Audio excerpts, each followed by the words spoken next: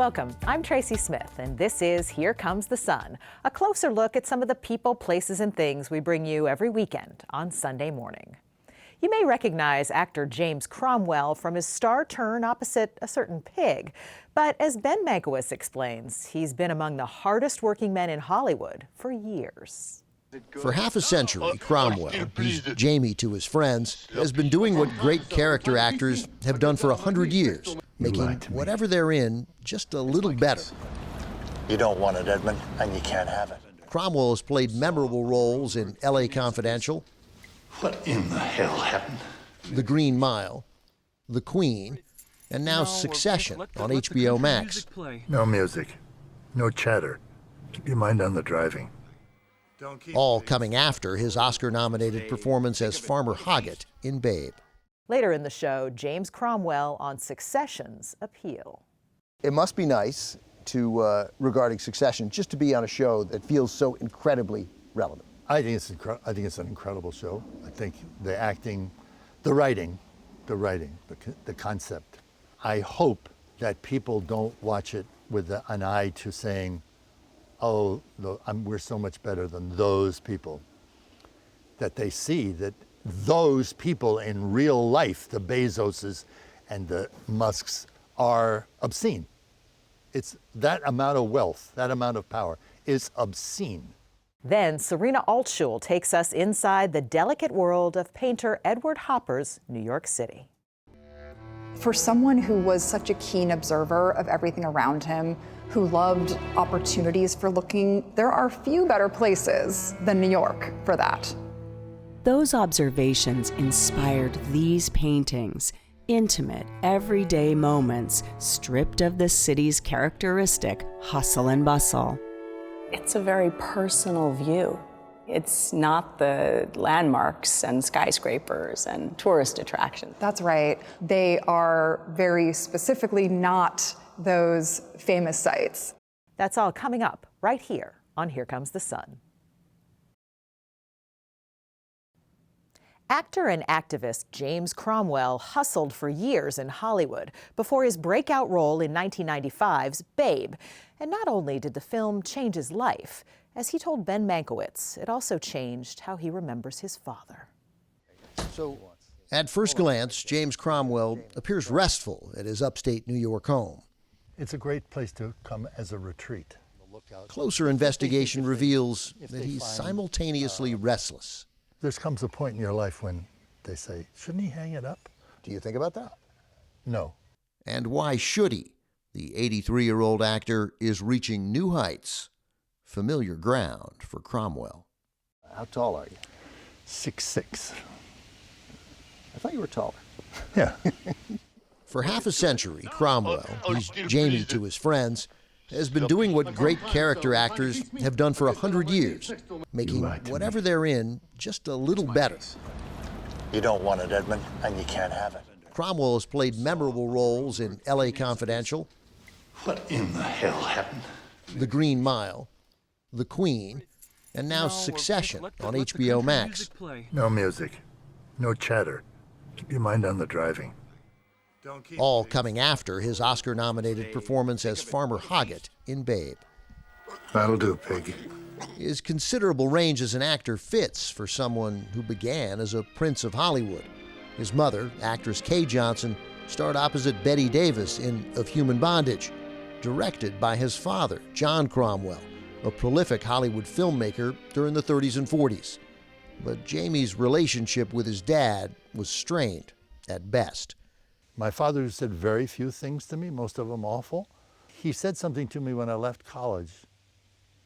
I told him I was going in the theater, and he looked at me and said, well, don't be an actor, you're too damn tall.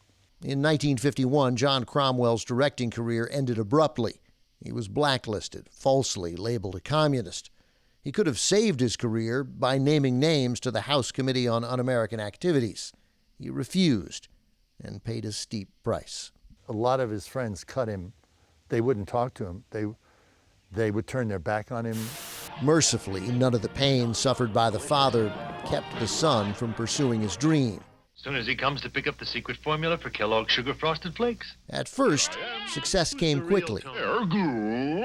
I went out for my first TV series, which was All in the Family. I got that. Look at that! Running a 50-yard line, close enough to hear the bones break. I went out for my first movie, which was Murder by Death. I got that one. So I thought, oh, it's a piece of cake. Why does everybody say how hard it is? That's right. Then I learned. What did you learn? Not much patience, just to roll with the punches. The punches kept coming, including this body blow from director Blake Edwards. I went for an audition for 10, and I came in, and Blake was not feeling well. He looked at me and he said, "What am I supposed to do with that?" Eventually, directors figured out what Cromwell could do. Getting good parts got easier for Cromwell in 1995 after landing an allegedly leading role. Cromwell had less than 20 lines. The real star of the film was a pig. I got the role, and I was not sure about it. So I said to my friend, should I go on this? He said, why not? He said, listen, you go on it, and if the thing fails, it's the pig's fault. It's the pig's movie. It didn't fail. Babe earned more than $250 million at the box office. Cromwell took to the role like a pig in show business, and 90 minutes in, Cromwell delivers a last line embedded in modern movie lore. That'll do, pig. That'll do. Yeah, it's sweet. Did you have to shoot the line a lot? Once. That's it? Once. Once. I opened the gate, the sheep walked in, they erupted. So the difficult shot was done. Put the camera low. I said, where do you want me to take this to? I knew what I wanted to do. So James Cromwell looked into the camera lens to shoot the last line of Babe, but the face he saw reflected back wasn't his own. And I looked down, and I didn't see me. I saw my father with the makeup, which is aged slightly, and the sideburns. And although I said, that'll do, pig, that'll do, what I heard was, that'll do, Jamie, that'll do. I got an acknowledgement from my father through my own performance for finally showing up, ready to work, giving, not in panic, not in anger, just be there. Sounds like that was a fairly emotional moment for you. To hear him acknowledge me, to be acknowledged by yourself, to be acknowledged by, we call it talent, by what you're doing. You did it. You did good work. It's good work. Along with acting, Cromwell is known for his activism. He's been arrested a few times for protesting against an animal testing lab, a power plant, and most recently, he glued one of his hands to a counter at a Starbucks in Manhattan. He wants the chain to stop charging higher prices for non-dairy milk products. When will you stop charging us more for vegan milk? When will you stop raking in huge profits? Are you up on any charges? No, not this time. The cops said, as long as you unglue yourself from the counter, we won't charge you anything. If you insist on staying there, we are going to charge you, and then it'll be much more difficult. Now in his 9th decade, Cromwell is doing his best work, and he's not close to being done. You still love acting? It's fun. When it works, it's fun. I try to make it as difficult as possible, but when it works, it's a lot of fun. Up next, an exclusive excerpt from James Cromwell's chat. You can only see right here on CBS News Streaming. Stay with us. You either go with, they didn't actually put me up. They said, you're leading actor. As promised, here's more from Ben Mankiewicz's conversation with actor James Cromwell. How would people know not to call you James Cromwell? What happens when somebody says James and not Jamie? No, I don't mind James. I just say, I make a joke of it, that I won't know if it's my father calling me or not, so call me Jamie. No, it's Jim. Jim I don't like. I'm not your Jim kind of guy. What did your dad call you? I don't think he said Jamie. James. He would say James. He would have said James. Yeah. If I screwed up in the car, I spun his Porsche around in the middle of in Wilton, Connecticut, and he held on. I had, James. So I knew, screwed up. What are your thoughts on Hollywood? You ever read a book called City of Quartz? No. Oh, should do. Very important. Okay. Very important book.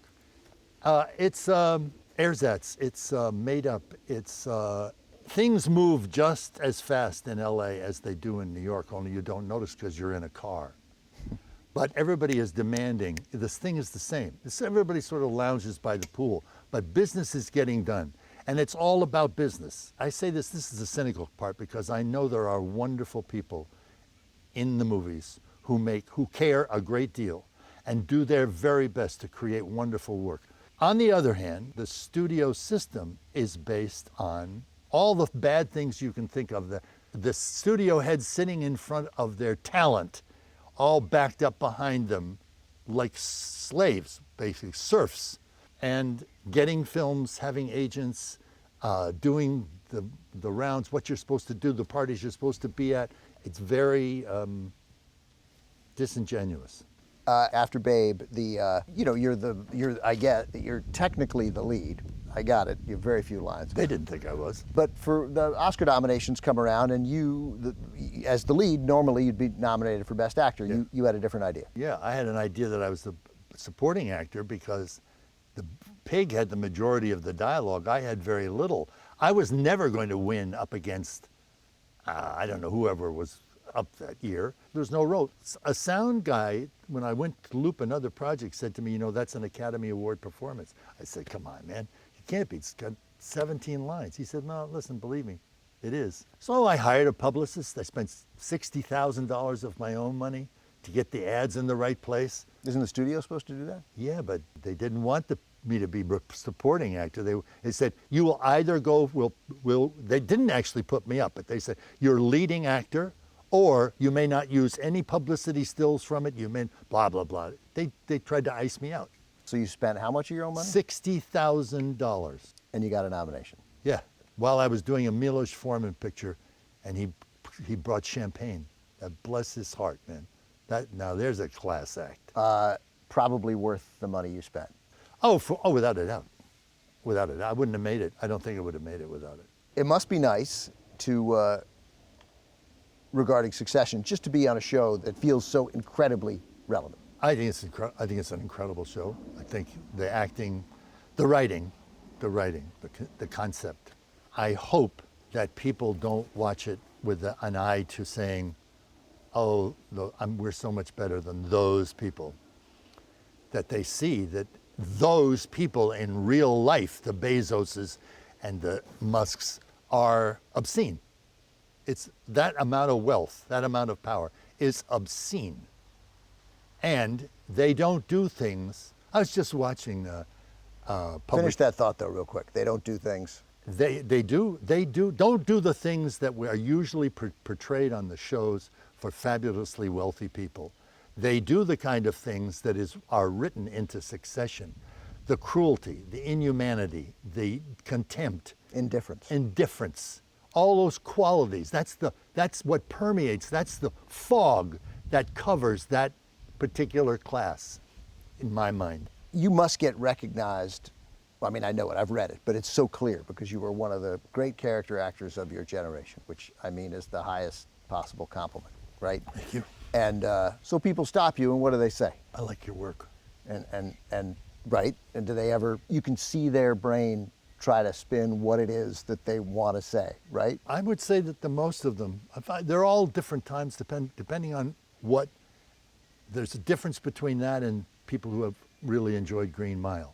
Right. Or people who have enjoyed, I went to my first Star Trek convention. I love it. And it was you couldn't wonderful. come up with the word. Yeah. It was wonderful. They were delightful people. I really enjoyed it. I thought I was going to hate it, which is why I'd never done them before. I am not going to go sit there I think I had done a mini one. And the idea of selling your autograph to poor people who shouldn't be buying that stuff to begin with. But this time I went, and they were They were very dear to me. They were knowledgeable. They were gracious. They liked the work. That's because it's a community. It's a community. Right. That's correct. It strikes me that your contempt for the business overall is acute, but you love the craft. Oh, absolutely. It's an extraordinary medium. It's very powerful. It's extraordinarily difficult to do. When it's done right, it's absolute magic. It's transformative. I wish we did more films to educate people. I think it's happening, actually. I don't see them all now, but I think it's happening that we're finally getting to look at people of other races, of other cultures, without the jaundiced eyes of our sort of isolationist past. We're beginning to see, oh, we're all in this together. We all go through the same incidents, suffer the same griefs, bleed the same blood. We have to care for each other. We have to communicate with each other. So that's basically my philosophy. So.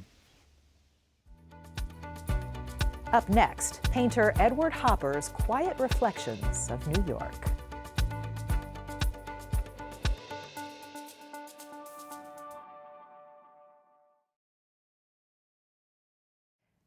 Welcome back. Painter Edward Hopper spent his entire artistic career in New York. But rather than capture the city's boldness, he found beauty in tender, everyday moments. Serena Altschul takes us inside an exhibit celebrating Hopper's work.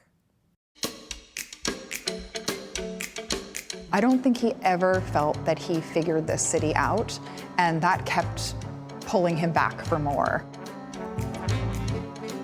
New York City has had a magnetic pull on many artists. Edward Hopper was no exception.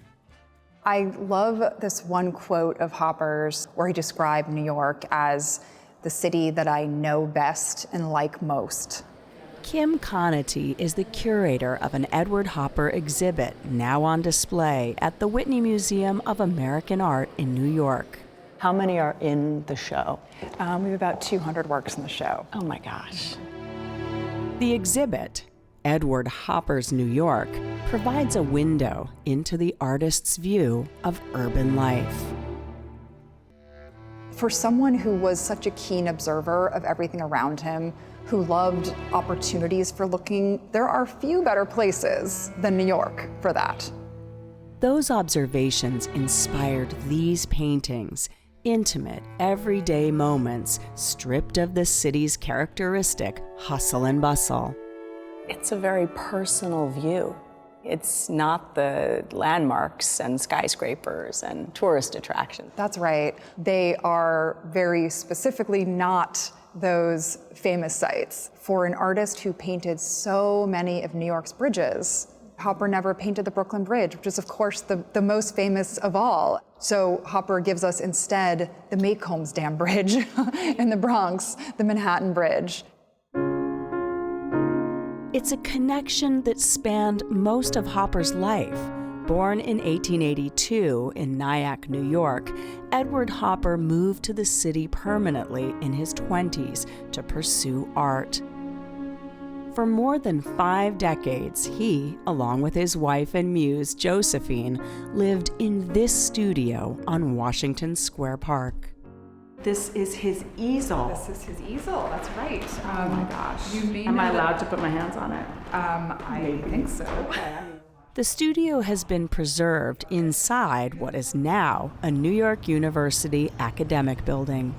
He was extremely tall. He was 6'5", just tall today, but was particularly tall then. He needed something that would actually be able to accommodate him. So he wasn't bending over right. his back Exactly. down here. Hopper painted and sketched from that very spot as the city grew around him, a fact referenced in the piece Early Sunday Morning. What is that little corner there? This one dark rectangle here signifies something to come, a building, likely. It has a way of creating this dynamic composition that shows both what is there and also what is to come. A changeless New York that is at the same time still changing. Those images of a changing yet changeless city put Hopper on the map. even landing him on a 1956 cover of Time magazine. I love to imagine everything that he saw. The 60s Washington Square? What he would have seen. Edward Hopper died at the age of 84, in the very studio where he created his most iconic works. Works providing viewers with a window into the artist's world, and perhaps their own.